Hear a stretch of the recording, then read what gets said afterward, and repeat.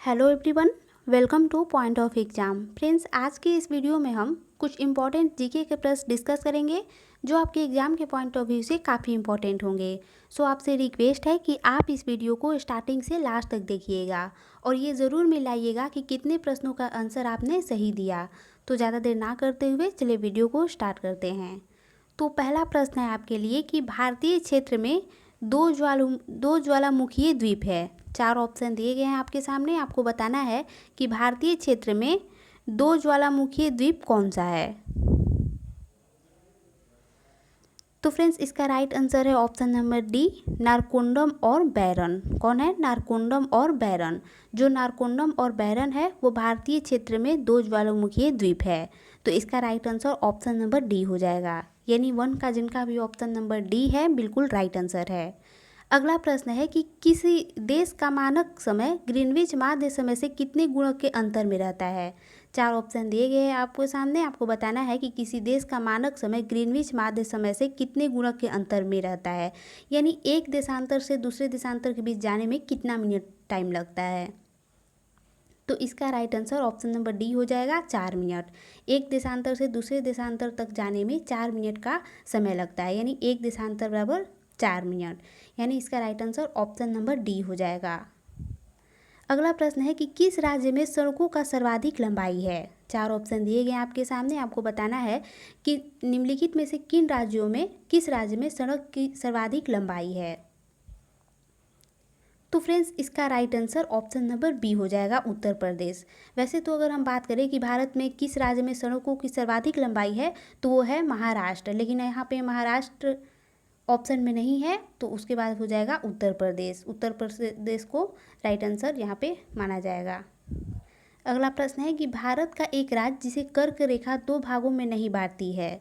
चार ऑप्शन दिए गए हैं, आपको बताना है कि भारत का एक राज्य जिसे कर्क रेखा दो भागों में नहीं बांटती है कौन सा है। तो फ्रेंड्स, इसका right answer option number A हो जाएगा, उड़ीसा। उड़ीसा को कर्क रेखा दो भागों में नहीं बांटती है। अगर हम बात करें कि भारत के किन राज्यों से होकर कर्क रेखा गुजरती है, तो उसका एक ट्रिक है, आप लोगों को पता होगा कि मित्र पर गमछा झाड़, जैसे मिजोरम, त्रिपुरा, पश्चिम बंगाल, राजस्थान, गुजरात, मध्य प्रदेश, छत्तीसगढ़ और झारखंड। ये सारे जो राज्य है जिनसे होकर कर्क रेखा गुजरती है, लेकिन उड़ीसा से होकर गुजरती नहीं है। उड़ीसा से होकर कर्क रेखा नहीं गुजरती है, यानी इसका right answer option number A हो जाएगा।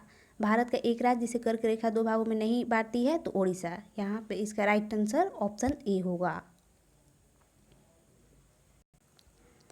अगला प्रश्न है कि सूर्य और पृथ्वी के मध्य न्यूनतम दूरी रहती है। आपको बताना है कि सूर्य और पृथ्वी के मध्य न्यूनतम दूरी कब रहती है। तो फ्रेंड्स, इसका right answer option number D हो जाएगा, 3 जनवरी को। वही बात करें कि कब सबसे ज़्यादा होता है, सूर्य और पृथ्वी के बीच सबसे अधिक दूरी कब रहती है, तो 4 जुलाई को। याद रखिएगा, 4 जुलाई को सबसे अधिक दूरी होती है जिसे अपसौर कहा जाता है, और 3 जनवरी को सबसे कम दूरी रहती है जिसे उपसौर कहा जाता है। तो याद रखिएगा, 3 जनवरी को सबसे कम दूरी और 4 जुलाई को सबसे अधिक दूरी।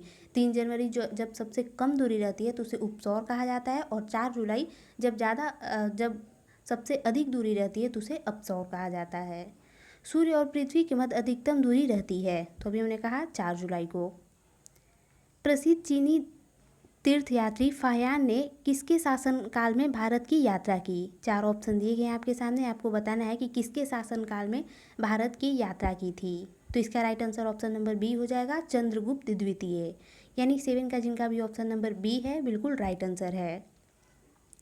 अजंता की चित्रकारी इन कथाओं को चित्रण करती है। चार ऑप्शन दिए गए हैं आपके सामने, आपको बताना है कि अजंता की चित्रकारी इन कथाओं को चित्रण करती है। तो किन कथाओं को चित्रण करती है, तो जातक, यानी 8 का जिनका भी ऑप्शन नंबर सी है बिल्कुल राइट आंसर है। अगला प्रश्न है कि बिहार शब्द का अर्थ क्या है। आपको बताना है कि बिहार शब्द का अर्थ क्या है। तो फ्रेंड्स, इसका राइट आंसर है ऑप्शन नंबर ए, पर्यटन। बिहार शब्द का अर्थ क्या है, पर्यटन, यानी 9 का जिनका भी ऑप्शन नंबर ए है बिल्कुल राइट आंसर है। सिंधु घाटी सभ्यता के लोग पूजा करते थे। आपको बताना है कि सिंधु घाटी सभ्यता के लोग किसकी पूजा करते थे।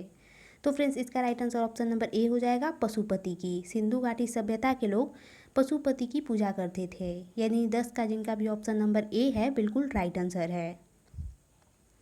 हर्यक नरेश बिम्बिसार की राजधानी थी। 4 ऑप्शन दिए गए हैं आपके सामने, आपको बताना है कि हर्यक नरेश बिम्बिसार की राजधानी कौन थी। तो ये थी राजगीर या गिरिव्रज, यानी 11 का जिनका भी ऑप्शन नंबर सी है बिल्कुल राइट आंसर है। भारत में प्रथम सिक्के कहाँ चलन में लाए गए, आपको बताना है कि भारत में प्रथम सिक्के कहाँ चलन में लाए गए थे। तो इसका right answer option number D है, बिहार व पूर्वी उत्तर प्रदेश में, यानी 12 का जिनका भी ऑप्शन नंबर डी है बिल्कुल राइट आंसर है।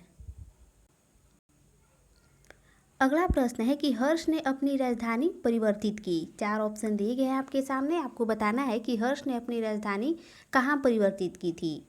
थानेश्वर से कन्नौज, दिल्ली से देवगिरी, कंबोज से कन्नौज या वल्लभी से दिल्ली।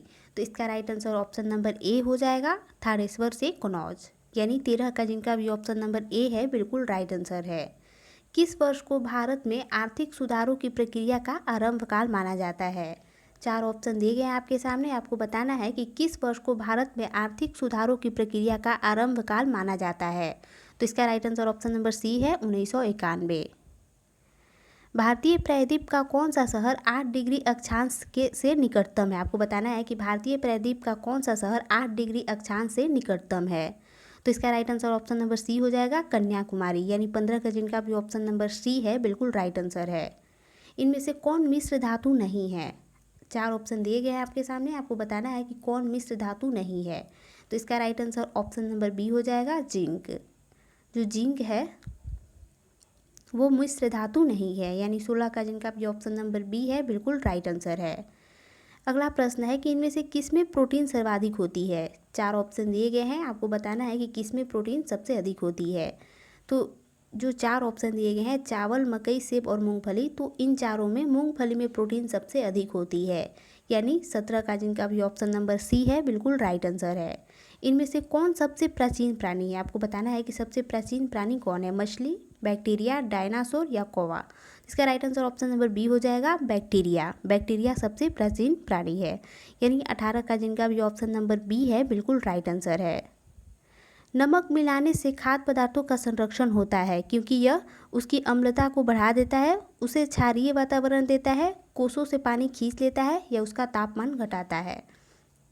तो इसका right answer option number C हो जाएगा, कोषों से पानी खींच लेता है, यानी 19 का जिनका भी ऑप्शन नंबर सी है बिल्कुल राइट आंसर है। मरुस्थल के पौधों के लिए अधिक संभावना है, उनकी पत्तियां बड़ी और चौरस होंगी, उनके जड़ें छोटी होंगी, उनकी पत्तियां छोटी हों या उनमें अधिक संख्या में स्टोमाटा हो। तो याद रखिएगा, इसका right answer option number C होता है, उनकी पत्तियां छोटी होती हैं। मरुस्थल के पौधों के लिए क्या अधिक संभावना है, तो उनकी पत्तियां छोटी हो। तो फ्रेंड्स, ये थी हमारी आज की वीडियो। अगर आपको वीडियो पसंद आई हो तो लाइक कीजिएगा, और वीडियो से संबंधित कोई भी सुझाव हो तो कमेंट करके बता सकते हैं।